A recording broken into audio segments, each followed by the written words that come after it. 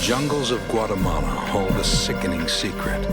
The bones of 200,000 victims of a Central American madman. I remember finding 32 gunshot wounds in one guy. No one escaped the brutality. So that's a full set of baby teeth. Yeah, maybe about 5 years old. Now, a team of scientists struggle under the constant threat of death to identify thousands of human remains and find the evidence that will bring their killers to justice.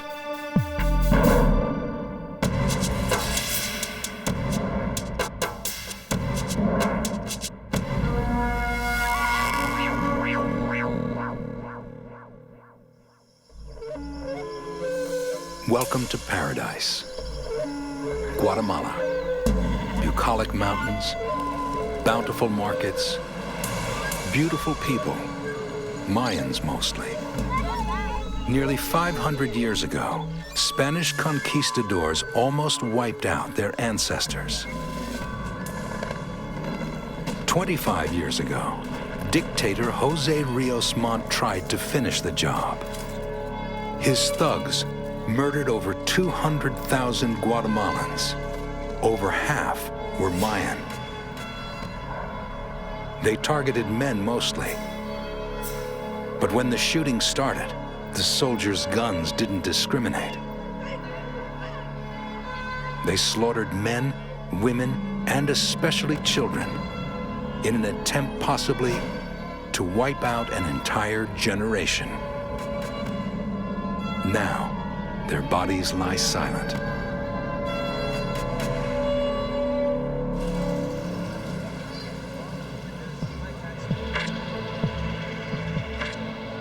Freddy Peccerelli could have been one of them. One more little Guatemalan boy who went off to play and never came back. But his family escaped just in time. He grew up in New York. He became an anthropologist. And now he has come home. When I was in college, I was looking for something that would connect me with Guatemala. So I went to the American Anthropological Association meeting. And what I saw was pictures of people like me. I was 24, 25 at the time, conducting these investigations, digging the bodies out of the ground, analyzing the remains. Peccerelli traveled to Guatemala with the team from the Anthropological Association in 1995. He has been working in Guatemala ever since. His goal is to find evidence of Rios Montt's atrocities. Without it, the murderers can never be brought to trial. Right now, all we have are stories. My brother was killed. My father went to work one day and never came back. What we are doing is proving that a crime was committed. We provide the evidence that make these deaths legally official. It seems the bodies are buried everywhere. And until Peccerelli uncovers every last one of them, neither the dead nor the living can rest in peace. He knew this when he first learned about a grave in the village of Chahul. The military, according to testimony, picked out 23 men. 5 of them tried to get away. And I remember finding 32 gunshot wounds in one guy. He was tied against a tree and they used him as target practice in front of 200 people in the community. Then the murderers made their next victims dig a trench. And then with their hands tied behind their backs, they made them line up and one by one they shot them at the edge of the grave and they fell in the grave.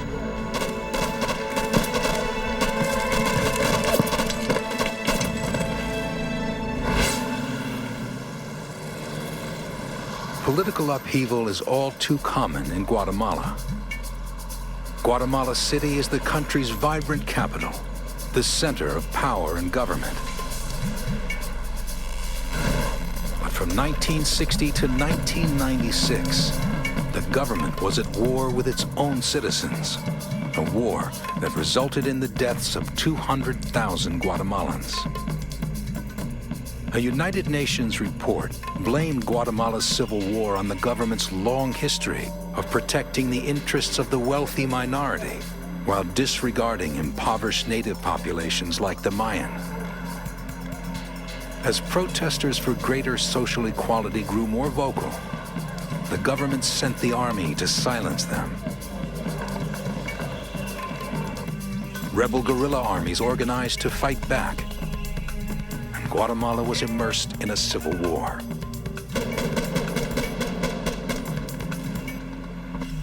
The bloodshed carried on for 36 years, during which time military coups were common, with 10 different political regimes rising to power. The early 1980s marked the most violent period when the state-sponsored campaign of terror targeted Mayans accused of being rebel collaborators.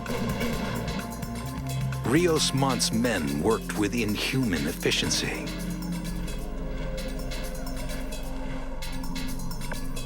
They exterminated tens of thousands with a bullet to the head. They were the lucky ones. The children, for example, they killed by taking them from their arms and legs and swinging them against trees, rocks, walls, anything of the sort. Testimony says, for example, the women, they usually would strip down and rape before, and then they would kill them by pieces sometimes. What happened to the Mayans was a modern-day genocide.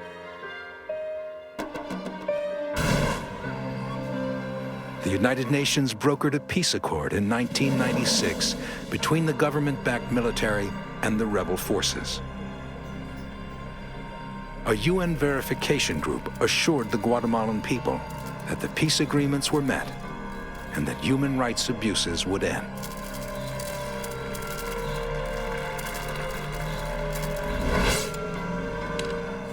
The shooting has stopped.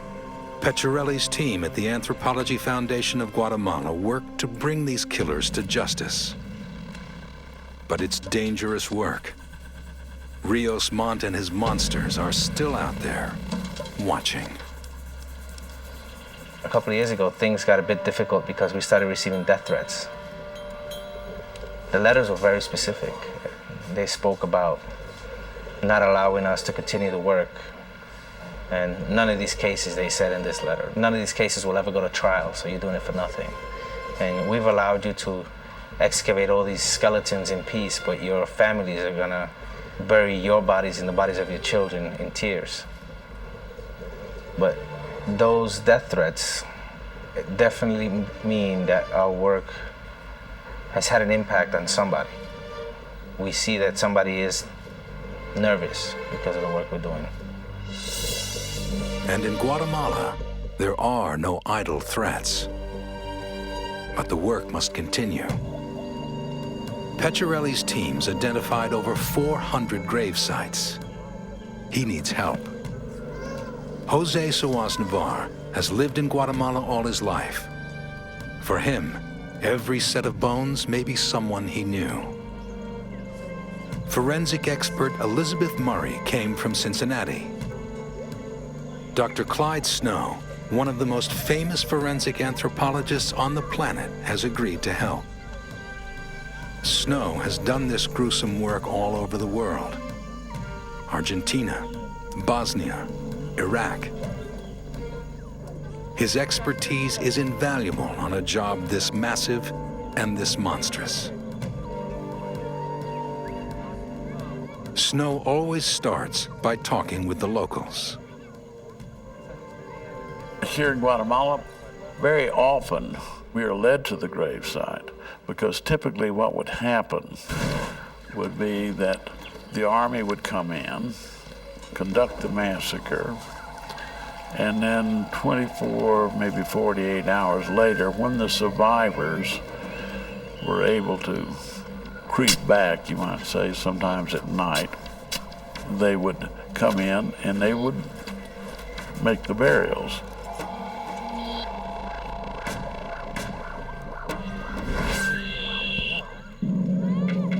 Peccerelli and his team listen to each villager's story. They begin to earn the Mayans' trust.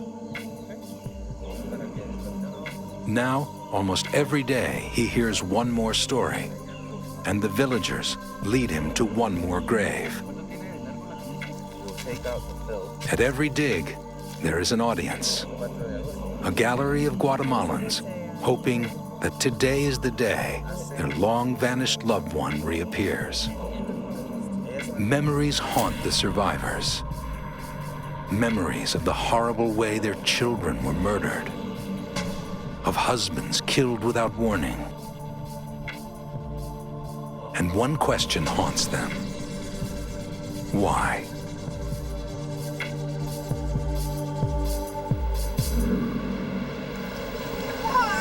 A lot of the people in the communities feel as if they deserved what happened because of something wrong they were doing.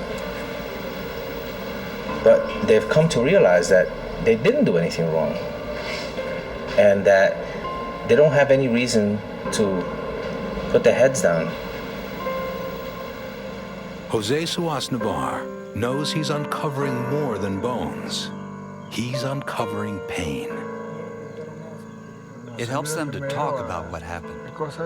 Even though they lived through all this, there's been no opportunity until now for them to talk about it, to replay the death and the horror stories. The survivors still suffer from post-traumatic stress disorder. So the United Nations has added one more player to Peccerelli's team. Christina Ehrlich is a UN representative assigned to work with caseworkers. I think the processes here can be done very near to the people. It's a very human process. They accompany the people in a way that they start to lose their fear. They open up. They start to talk. They can feel that there are also other people that need to talk, to get free again, to cure their trauma, to cure their internal wound that is opening again because of the exhumation process. Peccerelli's team must put a name on these victims. It is no easy task. In a town called Panimache, Rios Mont's men slaughtered 35 men, women, and children. Freddy Peccerelli knows what to expect, but for what he is about to see, he can never truly be ready. 200,000 Guatemalans lie buried under Guatemala's lush greenery, massacred by dictator Jose Rios Montt and his men.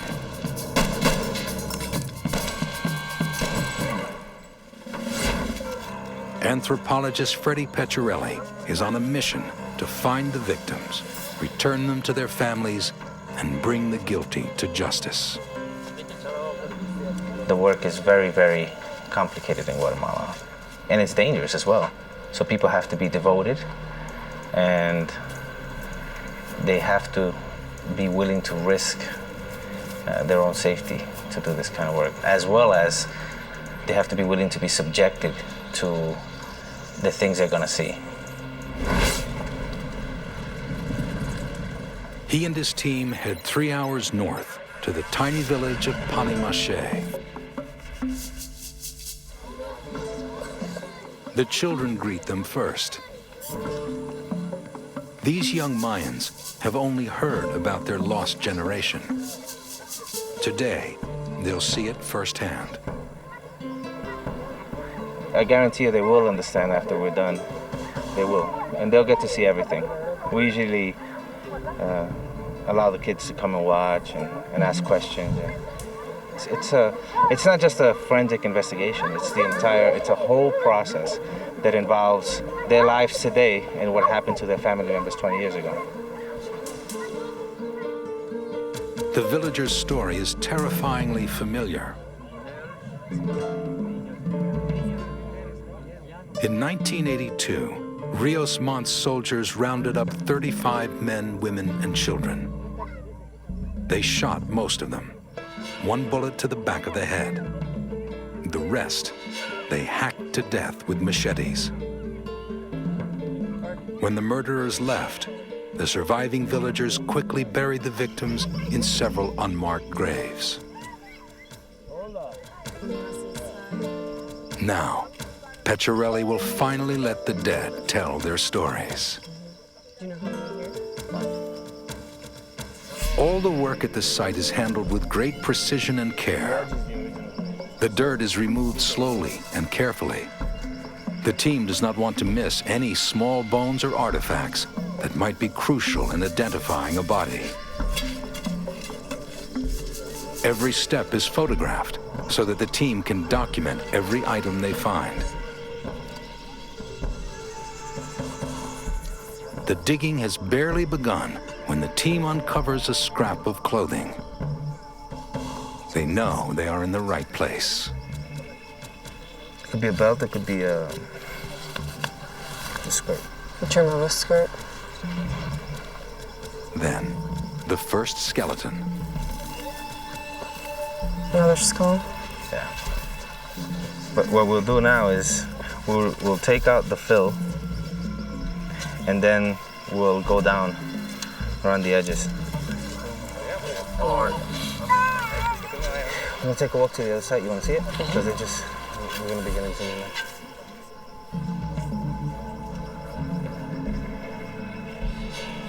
Snow remains behind to watch the work at this site, while Peccerelli and Murray move on to the next one.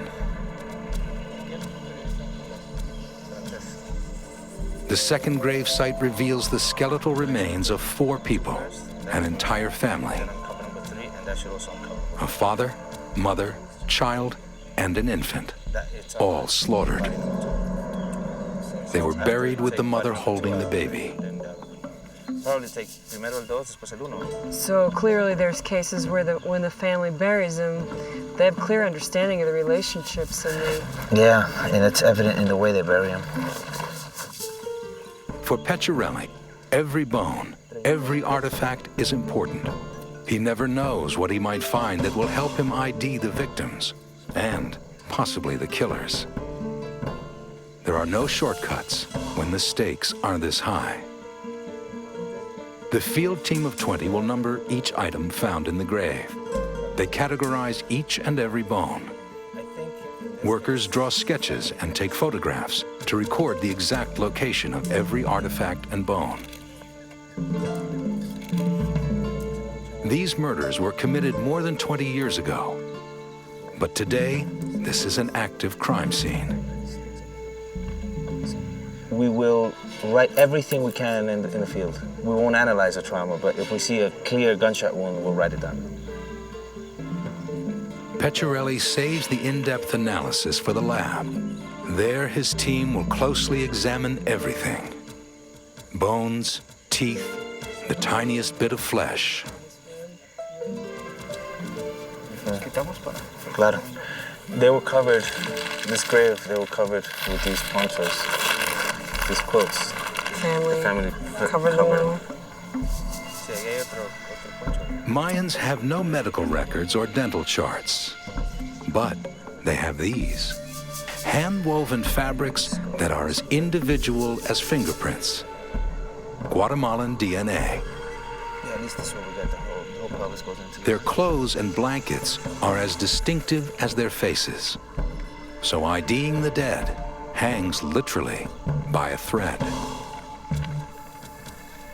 The Mayan women, because they do so much weaving, they're extremely, I call it textile-minded.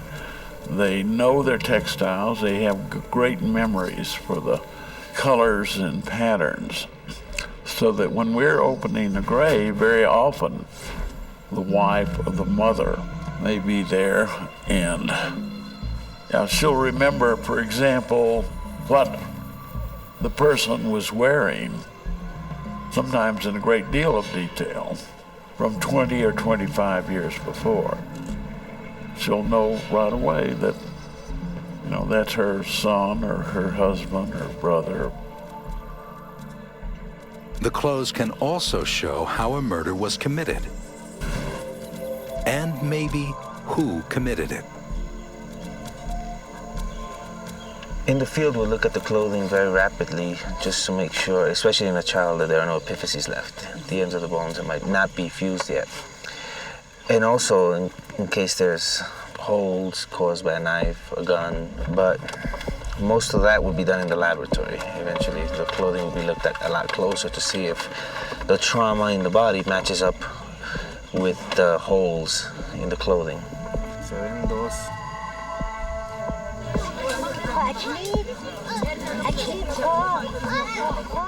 Each grave is full of everyday items.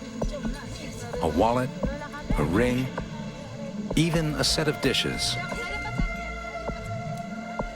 Were they put there to comfort the dead or to tell the living who these people were in life?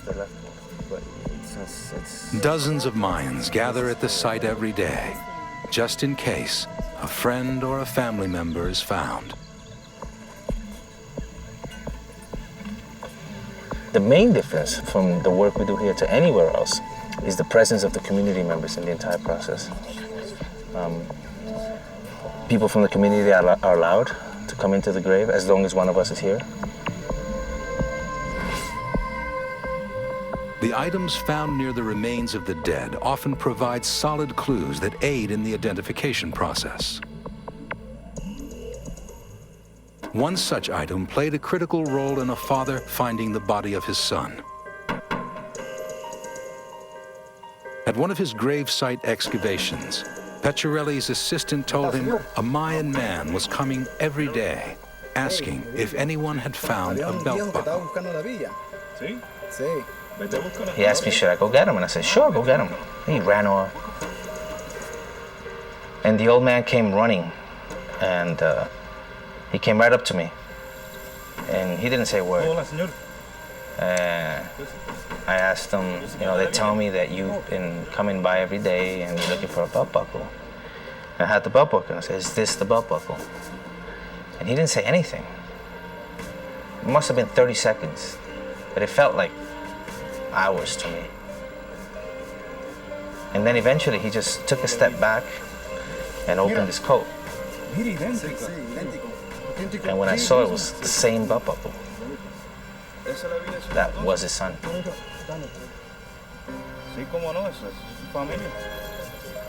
It made me realize that there was something I could do to make a difference.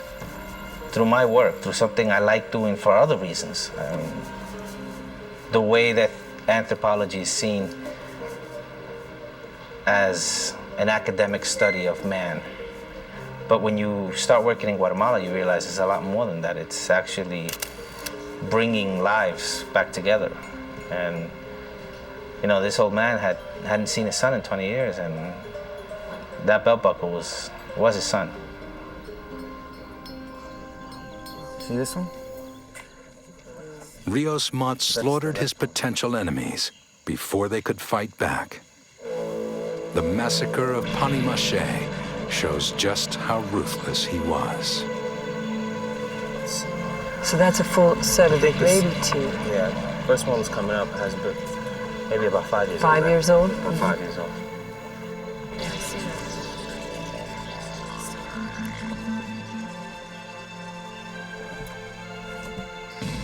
In the early 1980s, 1 in every 8 victims of a killing or disappearance was a child.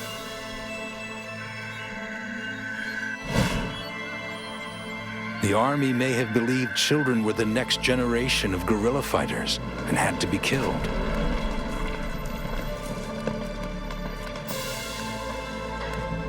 The devastation of entire communities had drastic human consequences still felt today.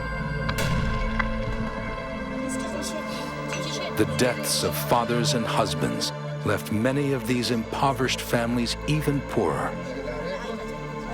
Survivors continue to mourn the loss of family members, many of whom simply disappeared.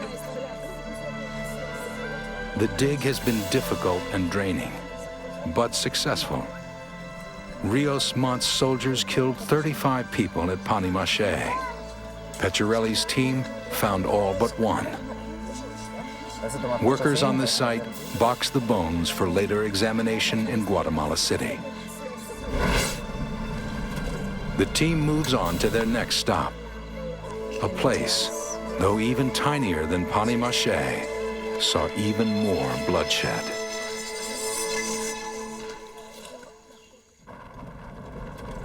The mountains of Guatemala. From a distance, they teem with life. But just below the surface, they are choked by death. 200,000 Guatemalans lie buried in a country no bigger than Tennessee. Freddy Peccerelli and his team arrive at Chahul. As soon as they arrive, villagers tell them about that day in January. On January 23, 1981, Jose Rios Mont's thugs stormed in. By nightfall, 40 people were dead. Don Diego was a young man the day the soldiers came. He's been waiting 24 years for this morning. Diego says he went to the market with his brother and a few friends. They bought a loaf of bread and headed home. But the army was waiting.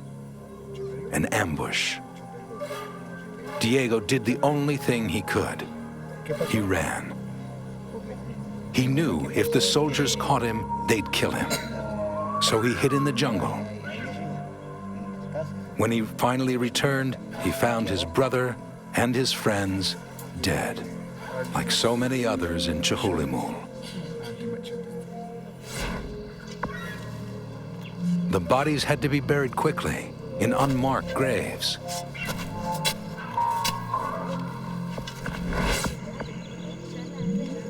Now Diego isn't sure where his brother is. He prays Murray and Suwaznavar can find him so that he and his brother can have peace. The team talks to the villagers to try and pinpoint the exact location of the grave.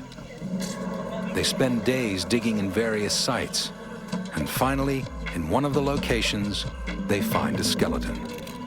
A man. The bones tell Suwaznavar and Murray how he died. He was surrounded by soldiers and could use only his hands to protect himself. You can see this. There is like a gunshot here. Yeah, a defense wound where he held his hand up and then the bullet went through his hand at that point. Yes, I think so, yes. Another soldier shot him in the leg, shattering the left thigh bone. A bullet to the head finished the job. So there's radiating fractures in the skull, but since we can't see the left side here. So someone may have been shooting from the left and he was trying to defend himself? Yes, I think so. Murray and Suwaznavar can tell a lot from a set of bones, but not the one thing they most want to know. Who is this? In Guatemala, especially among the Mayans, the challenges for identification are great. There are no medical records. There are no dental records.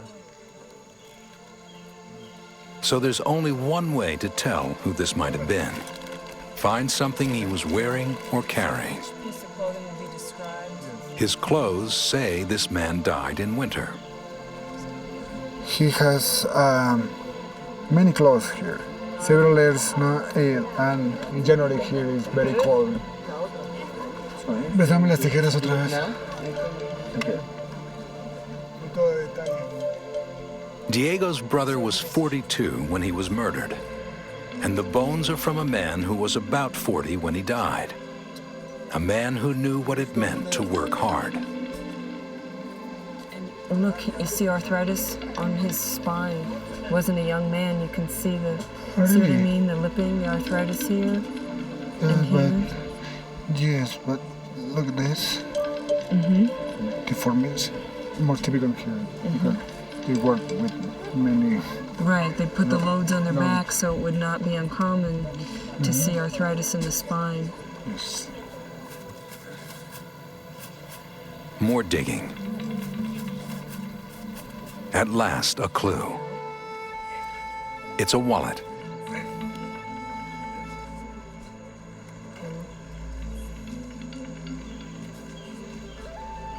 only one thing can be made out: a calendar. So here you can see 1979. Yes. It's a picture for Christmas time. The soldiers came in January, so this could be Diego's brother. To be sure, the bones will be examined in Guatemala City. But even then, there are no guarantees. Yeah. How do you spell that? Soon, another body is found. Another man. But this one is younger. Perhaps his clothes may provide a clue to his identity. Anthropologist Raquel Lorenzana asks the crowd if anyone can identify the clothing. A esta persona. ¿O los familiares? ¿Dónde están los familiares? One old woman has brought every piece of clothing she owns. She has been waiting for this day for years.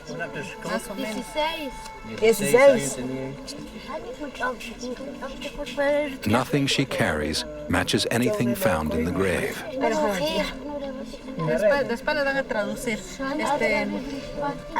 Then, another wallet. This one is in good shape. In it is a single photograph. It is passed from hand to hand.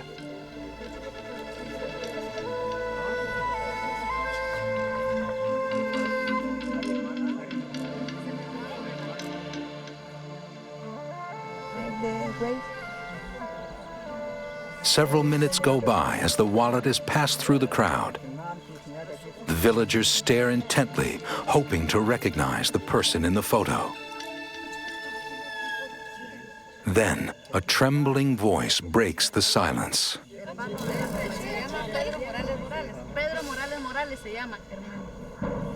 A woman doesn't just recognize the picture, she knows the person in it. It is her brother, Pedro. He was only 16 the day the soldiers came to Chahul. She remembers watching as they buried him on this spot. It's unusual to have the victim's family so close to a site, and it takes a toll on the anthropologists. Exactly, especially when she's crying. It's difficult to see her. But you're helping her, so I guess that's... 40 people died in this tiny village. Only 5 skeletons were found. Pedro Morales and maybe Don Diego's brother. But 35 people just like them will probably never be found. The find is always emotional for Peccerelli and for the people looking on. When you speak to the families of the people who were killed, they speak of their bodies being left out in the open or hidden as animals would be. They also speak of not being able to properly hold a burial or having any place to take flowers. So when we identify someone, it allows them this dignity, this human dignity. Identifying skeletons that have been in unmarked graves for more than 20 years is as much art as science. At the lab in Guatemala City, Freddy Peccerelli and his team will use both to bring the murderers to justice.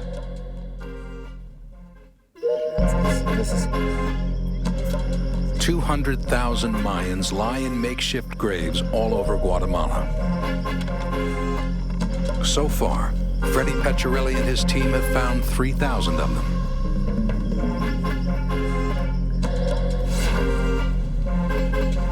All the remains are now being studied in this Guatemala City lab. Scientists study each individual bone in the hopes that they can uncover some small clue to point them to the murderers.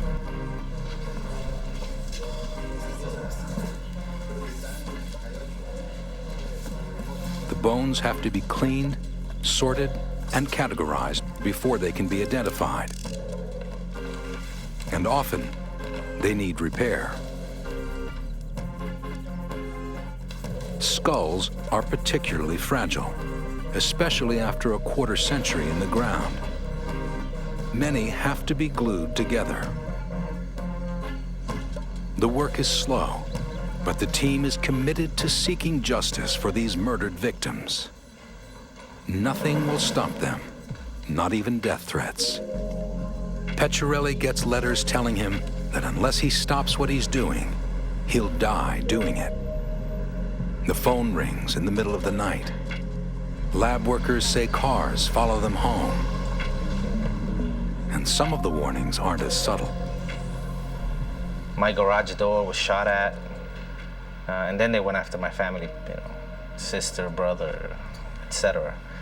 So, and that became more frustrating because we didn't know really where it was coming from or how much danger we were really in.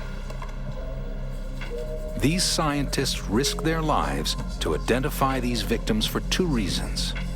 So Mayans can finally bury their dead, and so no one in Guatemala will ever have to live in fear again. But figuring out who these people are isn't easy. The 21st century tools that most anthropologists take for granted don't work in Guatemala. There are no dental records. There are no medical records in any of the communities. So Peccerelli and his team resort to inexact science. They interview a victim's friends and family and build what they call a before-death profile. These interviews try to recreate the osteological profile of a person, how tall he was, or she was, the age. And then we compare those interviews with the analysis in the laboratory. Then scientists match interview with evidence. If someone broke an arm as a child, they'll look for a skeleton with a healed fracture. Something as tiny as a chipped tooth can make an identification. And that identification of the dead allows the living to get on with their lives. It is important to have them identified for legal reasons, not only for criminal prosecution, but also for inheritance purposes or for remarrial, for example. If somebody wants to get remarried, they can't because the person that they're married to is still alive in the legal records. The bones can also tell Peccerelli's team how someone died. Anthropologists Alejandro Santis and Elizabeth Murray examine a skull. Like so many others, this woman was shot in the back of the head. Yeah, the people told us that the army went to the villages, and so the people got scared. So they ran out, and the army started to shoot them. And you can see the fractures going out from where the bullet entered in the back of the skull. And then the injuries were so serious that it just blew the bones of the face, the small bones of the face, were destroyed. All exploded. Destroyed that. So we made sketches. This is, like all the fractures. Mm-hmm. Fractures we have to find. And also the neck. You could see it's also broken. Yeah, even high up in her neck, the force of the impact to the back of the head was so serious it even broke bones in her neck. Something as simple as a sweater can tell a horrifying tale to a trained eye. Can you see here? We have some cut marks on the front too. Scientist Claudia Rivera relives a man's nightmarish final minutes by comparing knife wounds on his ribs and vertebrae with cut marks in his sweater. He was stabbed 38 times. Because it's from a double-bladed knife. The numbers are the number of times that the guy was stabbed on the back. And these cut marks match with the cut marks that we have on the bones. And I think that he was tied up because the position of some of them, the guy was, he couldn't move. He was tied up. A Identifying victims is tough. Building a case against the guilty can be almost impossible.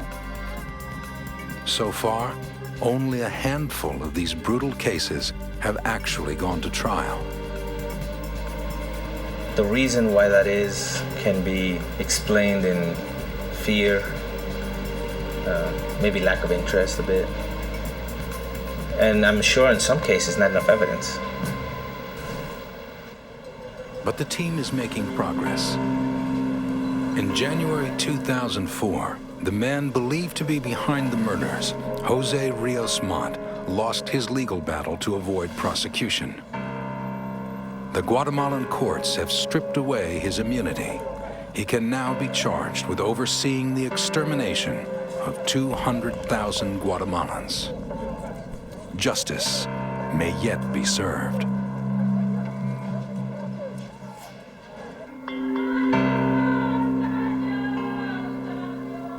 Mayans believe the line between the living and the dead is a thin one. They also believe that a proper burial is an essential part of life. A Mayan wake is filled with ritual. There are songs, prayers, speeches, laughter, and tears.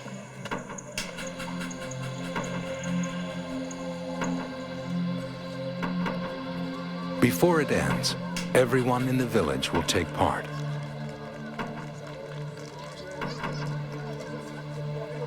Jose Suas Navar knows these people have waited more than 20 years for this day. Many are too young to remember this lost generation, but they understand its importance. Here, the army troops came in and killed 20 villagers. Most were women and children and the elderly. The soldiers left the bodies out in the open as a warning to anyone thinking about collaborating with their enemies.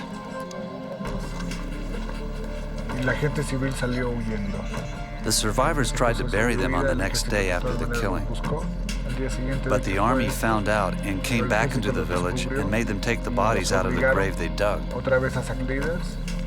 But only 2 days later, after the army left, they hurried and buried them again in a secret place. Suas Navar and other crew members unload the boxes containing the remains, delivering them to the members of the village.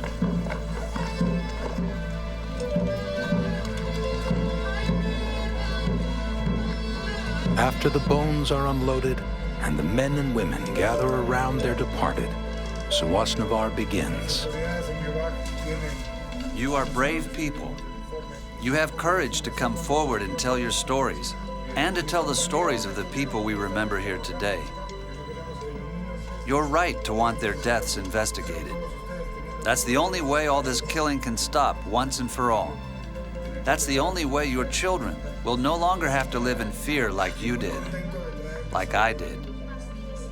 We want them to live in peace. The peace of an entire people begins here, with these 10 who will finally be laid to rest.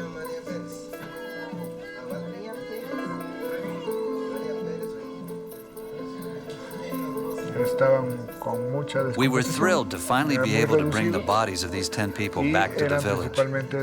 We only wish we could have identified every body we found. Maybe one day we will find every Mayan who was killed and be able to tell who they were. But right now, it's just not possible. But we're always going to keep trying.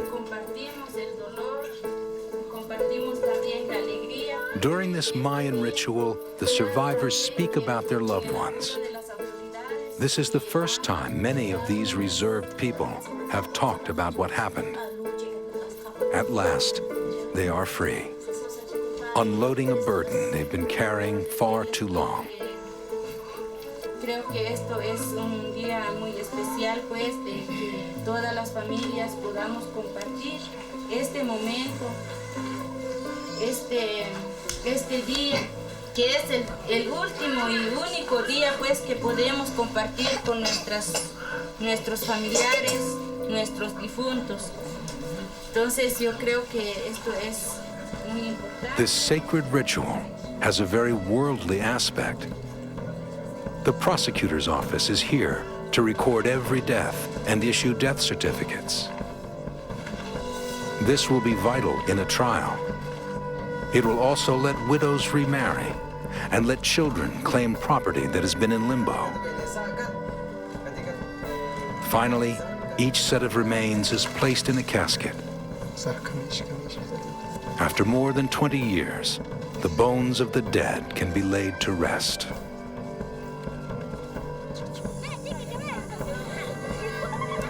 As the children play outside, the villagers prepare to say goodbye.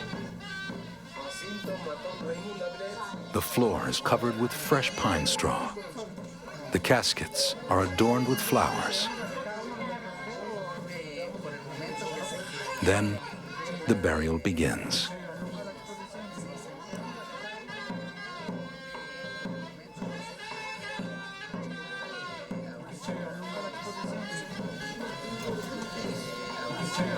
After one entire day and night of singing and praying, the bodies are finally buried. At last, these victims of one man's hunger for power can rest. And so can the living.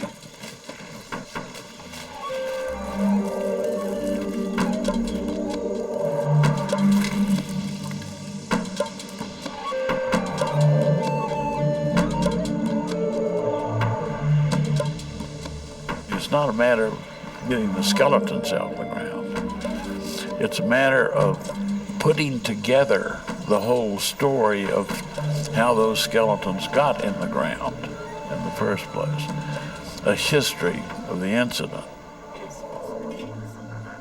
In the months and years ahead, the team hopes to bury tens of thousands more, including the boy with the belt buckle, Don Diego's brother, Pedro Morales, and all the others who died too soon and waited too long for this day. For Freddy Peccerelli, this is more than a job. It's a calling. But there are too many bodies stretched out over too much territory. We try to plan the next 5 years, and we realized that we need another 30 or 40 years of work at this level. I mean, we're conducting 70 to 80 investigations a year now. Massive. We're talking about recovering anywhere from 400 to 500 bodies every year, sometimes more. And at that level, we're still talking about 30 or 40 years of work.